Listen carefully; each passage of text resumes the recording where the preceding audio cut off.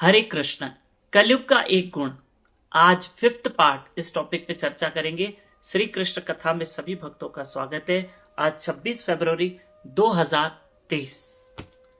प्रिय बंधुओं, आप जानते हैं कि हम इन दिनों श्रीमद् भागवत कथा के श्रीमद् भागवत महापुराण के 12वें स्कंद के 3रे अध्याय का 51वां श्लोक पढ़ रहे हैं कि यद्यपि कलयुग दोषों का सागर है, पर फिर भी इसमें एक अच्छा गुण है। देखो, कलयुग का एक गुण है, अच्छा गुण है, केवल प्रभु के नाम से ही जीव भव बंधन से मुक्त हो जाएगा। देखो, यहां लिखा है केवल हरे कृष्ण महामंत्र का कीर्तन करने से मनुष्य भव बंधन से मुक्त हो जाता है और भगवान के दिव्य धाम को प्राप्त होता है।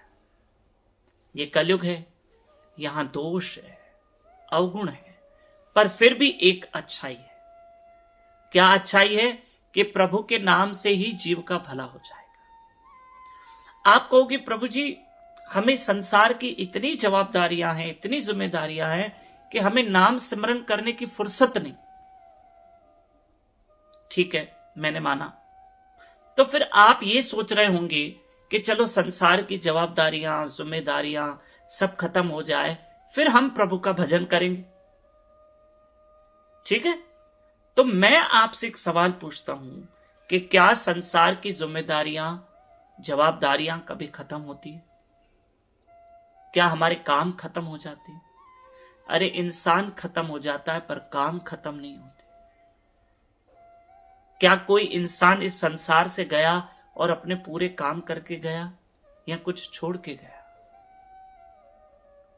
छोड़ के गया? नहीं, इन्हीं जिम्मेदारियों के बीच में रह रहकर, इन्हीं संसार के कर्तव्यों का पालन करते करते, जिम्मेदारियों के बीच में, जवाबदारियों के बीच में ही प्रभु का भजन करना है। हरे कृष्ण कृष्ण कृष्ण हरे हरे, हरे राम राम राम हरे हरे। मैं आपको एक बात बता रहा हूं, उससे आपको बहुत कुछ समझ में आ जाएगा और मैं भी समझूंगा और आप भी समझना। एक व्यक्ति नदी किनारे बैठा था। तो सुबह सुबह का समय था, नदी किनारे पे बैठा था। तो एक महात्मा वहां से गुजरे। तो महात्मा की नजर उस व्यक्ति पे गई। ठीक है, अब बहुत सारे लोग आके सुबह में नदी किनारे टहलते हैं, बैठते हैं, हो गया। ठीक है, अब ध्यान देना। अब शाम हुई, महात्मा लौटे। उसी नदी किनारे से गुजरते महात्मा जा रहे थे, देखा वो व्यक्ति अभी भी उसी नदी किनारे पे बैठा। तो महात्मा ने जाके उससे पूछा कि भाई, मैं सुबह यहां से जा रहा था किनारे से, तभी भी तुम बैठे थे। शाम को मैं लौट रहा हूं, तभी भी तुम बैठे हो। तो तुम्हें कहीं जाना है या तुम ऐसे टहलने के मूड से बैठे हो, या आराम करने आए हो, या एंजॉय करने आए हो? क्यों बैठे हो यहां? सुबह से शाम हो गई। कहा, मैं इसलिए बैठा हूं कि मुझे नदी के उस पार जाना है, उस किनारे जाना है। तो महात्मा ने कहा, चले जाओ, इतनी सारी तो नावें खड़ी हैं, आप नाव में बैठ के चले जाओ या तैरते हुए चले जाओ। तैरना आता है? कहा, तैरना नहीं आता है, नाव में भी नहीं बैठूंगा। तो पार कैसे जाओगे? बोला, नहीं, बस ये सुबह से सोच रहा हूं कि ये नदी का पानी खत्म हो जाए तो फिर उस पार चले जाऊं। अरे, महात्मा ने कहा, भाई, क्या ये नदी का पानी कभी खत्म होगा? अरे, इसी नदी के पानी के रहते हुए तुम्हें नाव में बैठते हुए या तैरते हुए तुम्हें उस पार जाना होगा। ये कभी पानी खत्म नहीं होगा।